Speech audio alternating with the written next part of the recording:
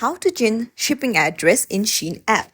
So first things first, you have to install your SHEIN app and then log in. And after that, you're in the home page. What you can do is go to your profile icon and check on unpaid under my orders. But here you don't see anything. So what you can do is go back to the home page and click on the three lines on the top right, and there you'll see different types of products. You can tap on any one of the product that you want to buy, and then what you want to do is add to cart.